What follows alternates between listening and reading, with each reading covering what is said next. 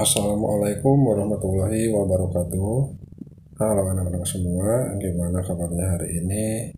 Semoga kalian dalam keadaan sehat ya. Nah anak-anak, hari ini kita akan belajar tematik kelas 3, tema 6 yang berjudul energi dan perubahannya. Subtema 1 yaitu sumber energi. Pembelajaran ke-1. Nah sebelum belajar marilah kita berdoa terlebih dahulu. Berdoa mulai.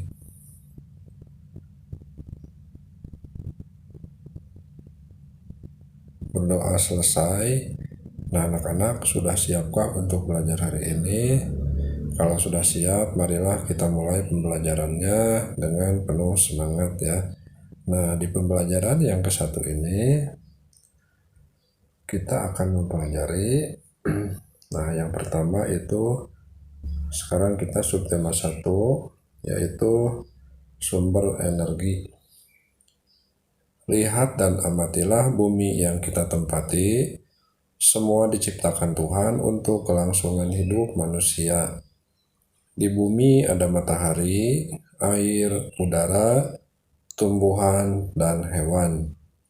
Semuanya bermanfaat bagi manusia. Benda-benda tersebut menghasilkan energi. Apakah itu energi? Bagaimana energi diperoleh? Bagaimana cara manusia memanfaatkan energi?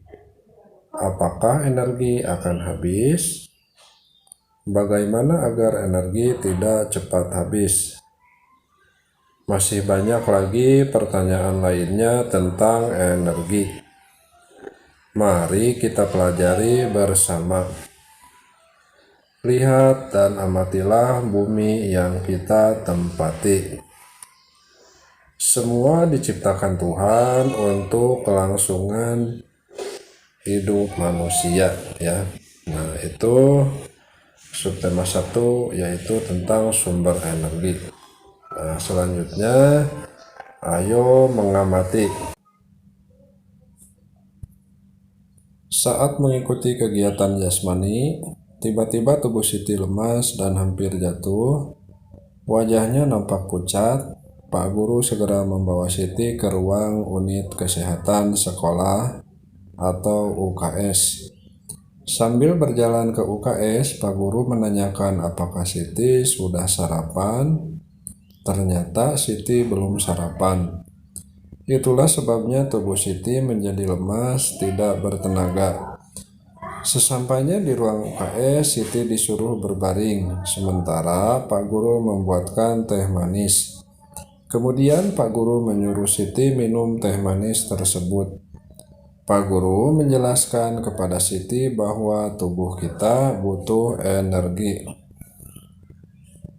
Nah, di sini dalam gambar tersebut itu Siti hampir terjatuh saat melakukan olahraga di sekolah ya.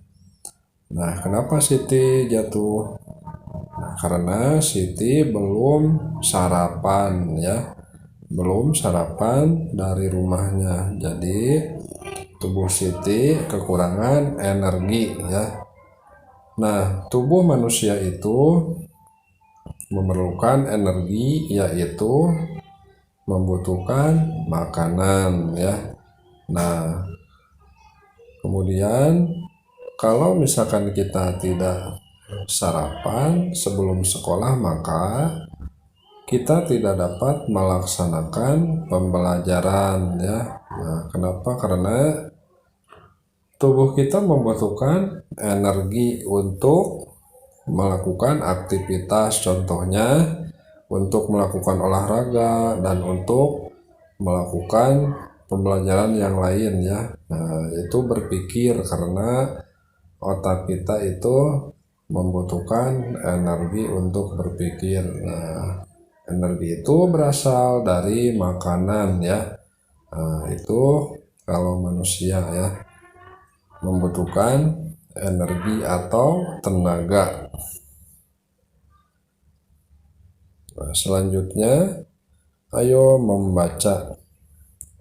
Bacalah teks berikut ini. yang berjudul Matahari Sumber Energi Terbesar. Semua benda yang menghasilkan energi disebut sumber energi. Tuhan menciptakan bermacam-macam sumber energi. Air dan udara adalah sumber energi. Tumbuhan dan hewan adalah sumber makanan. Makanan menghasilkan energi bagi tubuh. Jadi, tumbuhan dan hewan juga sumber energi. Sumber energi lainnya yang ada di bumi adalah matahari. Matahari menghasilkan energi cahaya dan panas. Cahaya dan panas matahari merupakan sumber kehidupan di bumi. Matahari adalah sumber energi terbesar di bumi.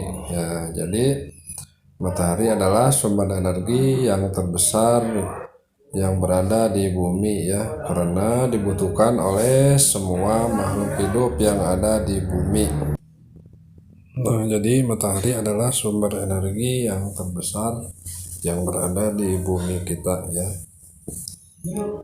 Selanjutnya, nah ini contohnya energi dari matahari untuk tumbuhan ya. Nah, energi untuk tumbuhan adalah yang pertama di sini tumbuhan membutuhkan cahaya matahari untuk melakukan fotosintesis ya. Nah, selanjutnya tanpa matahari tumbuhan tidak dapat melakukan fotosintesis. Dari proses fotosintesis dihasilkan makanan dan oksigen. Makanan dan oksigen sangat penting bagi kelangsungan hidup manusia dan makhluk hidup lainnya.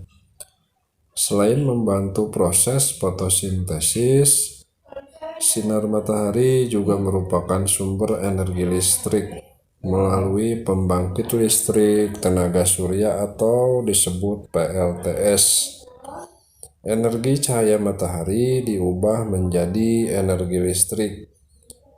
Salah satu PLTS terbesar di Indonesia terdapat di Kabupaten Karangasem, Bali ya. Nah, jadi matahari pun bisa menghasilkan energi listrik melalui pembangkit tenaga listrik atau disebut juga PLTS ya. Nah, di sini antaranya salah satu pembangkit listrik tenaga surya terbesar yang berada di Karangasem, Bali ya. Nah, ini salah satu pembangkit terbesar yang ada di Indonesia, yaitu pembangkit listrik tenaga surya yang berasal dari cahaya matahari. Nah, selanjutnya jawablah pertanyaan-pertanyaan berikut ini. Yang pertama, tuliskan informasi yang terdapat pada paragraf pertama. Nah, di sini jawabannya semua benda yang menghasilkan energi disebut sebagai sumber energi. Contohnya air, udara, termasuk juga tumbuhan dan hewan. Nah, itu jawabannya. Yang kedua, paragraf keberapakah terdapat informasi tentang sumber energi? Jawabannya adalah pada paragraf pertama dan paragraf kedua.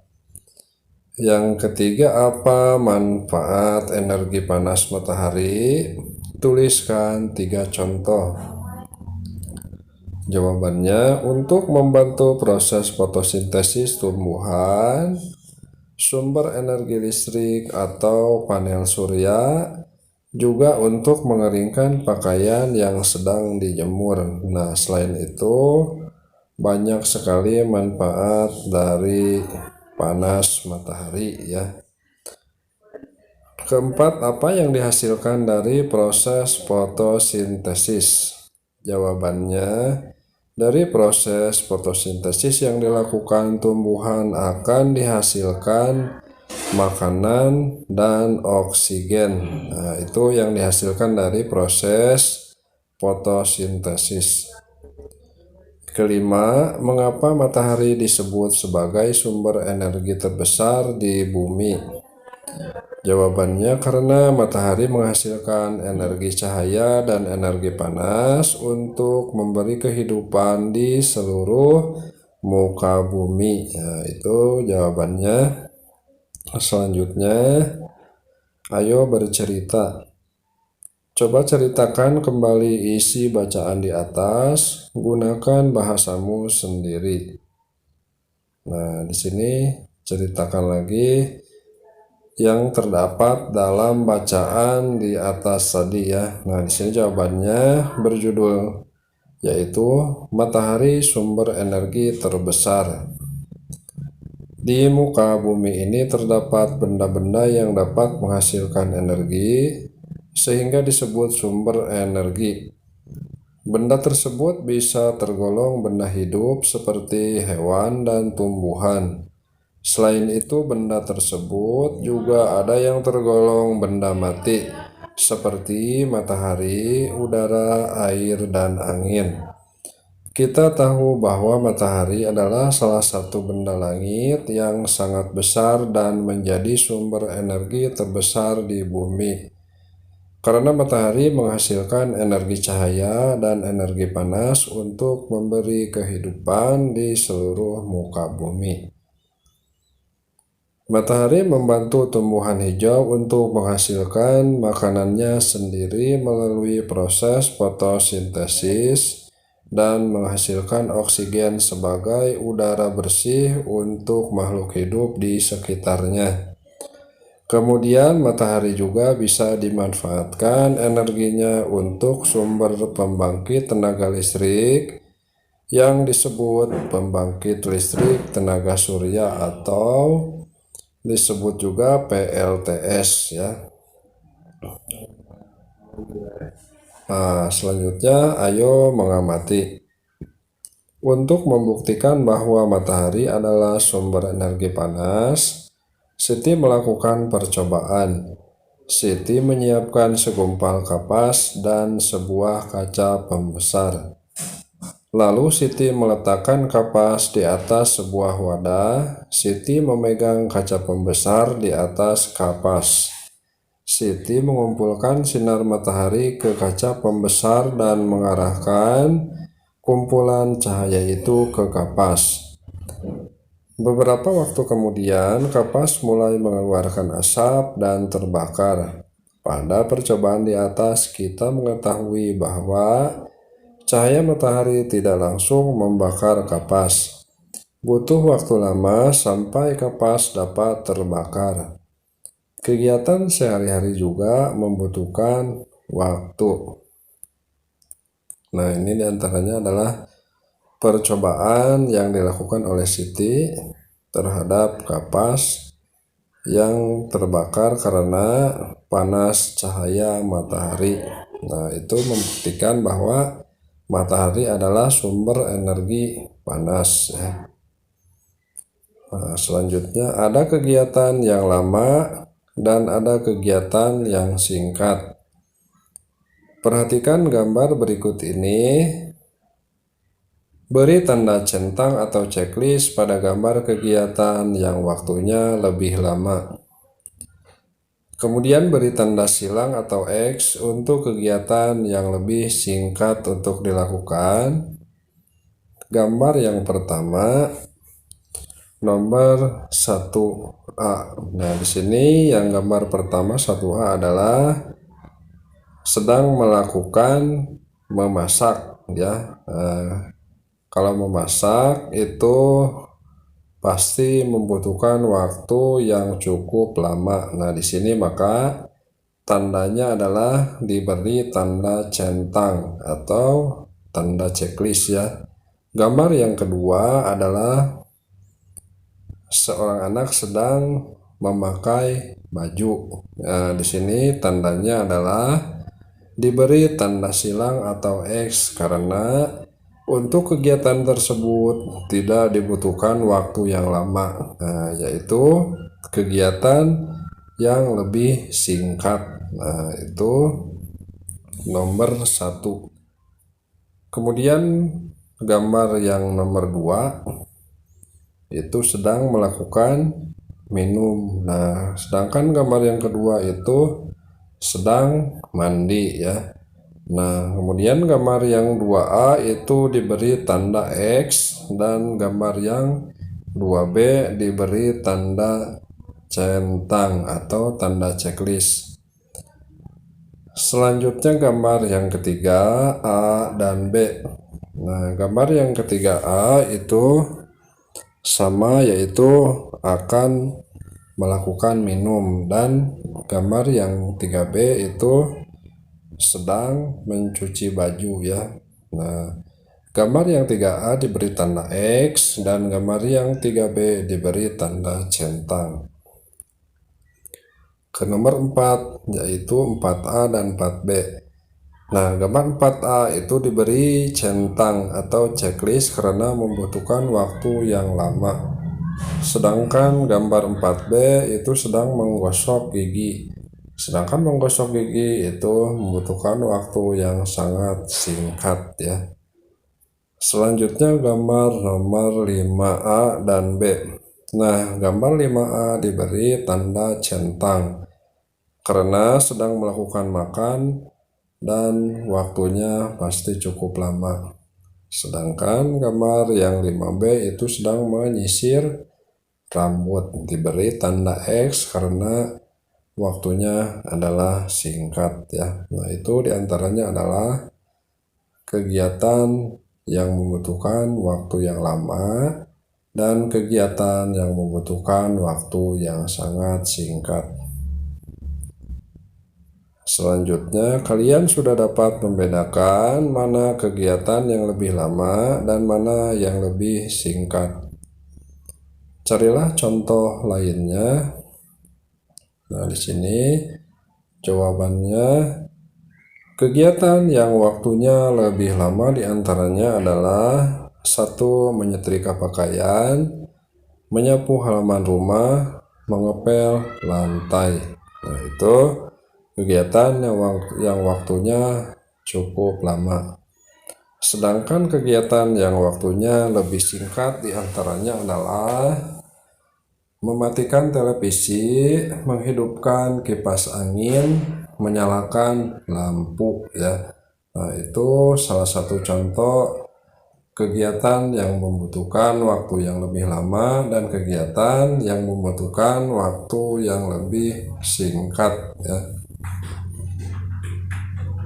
Nah, demikian untuk pembelajaran hari ini. Semoga kalian bisa paham dan mengerti ya. Jangan lupa selalu dukung channel ini dengan cara like, komen, dan subscribe supaya channel ini bisa lebih berkembang lagi, dan nantikan pembelajaran-pembelajaran terbaru dari channel ini. Terima kasih anak-anak. Sekian, wassalamualaikum warahmatullahi wabarakatuh.